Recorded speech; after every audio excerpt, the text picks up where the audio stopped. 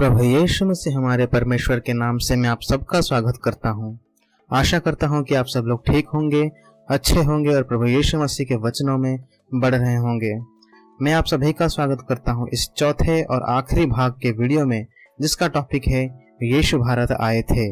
इस बात को हमारे कुछ हिंदू भाई बहन क्यों मानते हैं। हमने उनके 3 तरह के दावों को रिफ्यूट कर चुके हैं। पहला, निकोलस के झूठ का।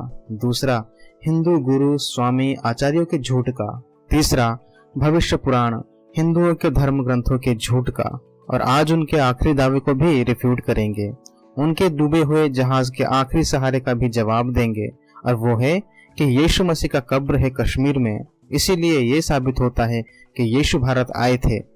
ये एक अच्छा आर्ग्यूमेंट है, क्योंकि ये एक ऐतिहासिक घटना है जिसे हम रिसर्च करके जान पाएंगे कि क्या यह सच है या झूठ।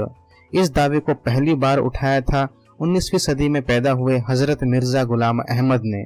आपने ये नाम हमारे पिछले वीडियो में सुना होगा, जिसने मसीहा का मतलब एक यात्री बताया था, और भविष्य पुराण के लेखक ने बिना सोचे समझे उसे कॉपी कर लिया। और फिर से हमारे हिंदू दोस्तों ने मुसलमानों के आर्गुमेंट को कॉपी करके ये कहा कि यीशु भारत आए थे क्योंकि उनका कब्र कश्मीर में है।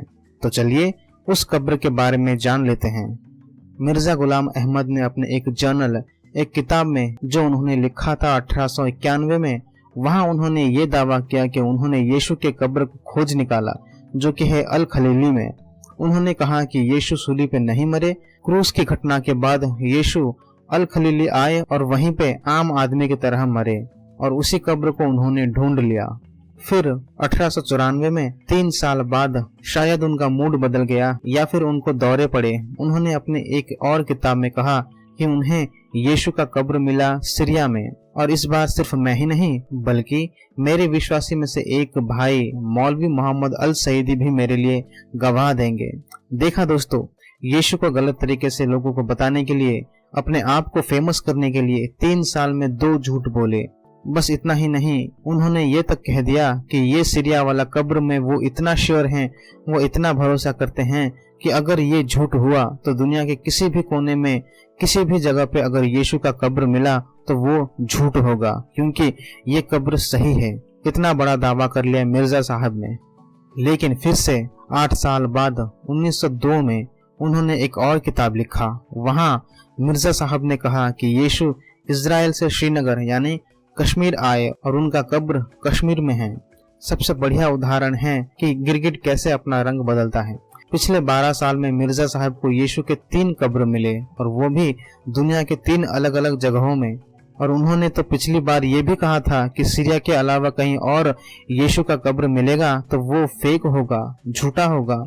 ऐसा क्या हो गया उन्हें कि 8 साल बाद उनका इरादा फिर से बदल गया और कहा कि यीशु का कब्र कश्मीर में है।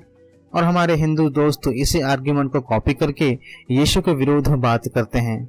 जिनके पास थोड़ा भी दिमाग होगा वो समझ जाएगा कि झूठों के पास ज़मीर नाम का चीज नहीं होता।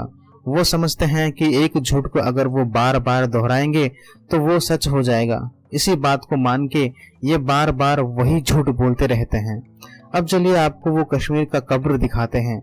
ये है वो कब्र जिसे मिर्जा साहब ने कहा कि ये यीशु का कब्र है। और आज हमारे हिंदू दोस्त इसी झूठ को सच मान के ये कहते हैं कि यीशु भारत आए थे। लेकिन अगर ये कब्र यीशु का नहीं तो किसका है? ये कब्र है एक मुसलमान मौलाना जिनका नाम है यूजा आसफ। आपका सवाल होगा कि हमें ये कैसे पता? क्योंकि इस मौलाना के परिवार इसी कब्र के आसपास ही रहते हैं, उनका घर वहीं पे है। और जब लोग झूठे दावे करने लगे तब उनके परिवार वालों ने उन झूठों को जवाब देने के लिए कि ये यीशु का कब्र नहीं है, उन्होंने उस कब्र के आगे एक बोर्ड भी लगा दिया जिसमें लिखा है कि कुरान और बाइबल के अनुसार यीशु स्वर्ग में उठा जा चुके हैं, तो कृपया ये ना समझे कि ये यीशु का कब्र है, ये हमारे पूर्वज का कब्र है। कृपया लोगों को झूठ ना कहे। देखा दोस्तों, मसीही विरोधी मसीही को बदनाम करने के लिए, क्रिश्चियंस को कन्वर्ट करने के लिए इतने उतावले, इतने अंधे हो चुके हैं कि बिना सोचे समझे झूठ को मानते हैं, और सिर्फ मानते ही नहीं, उसका प्रचार भी करते हैं। इस टॉपिक में बस इतना ही दोस्तों। हमने आज हिंदुओं के झूठ के डूबे हुए नाव के आखिरी तिनके को भी सबूत के आधार पर डुबा दिया। अब उनके पास कोई आर्गुमेंट नहीं बचा ये कहने के लिए कि यीशु कभी भारत आए थे और वेदों को पढ़ा था।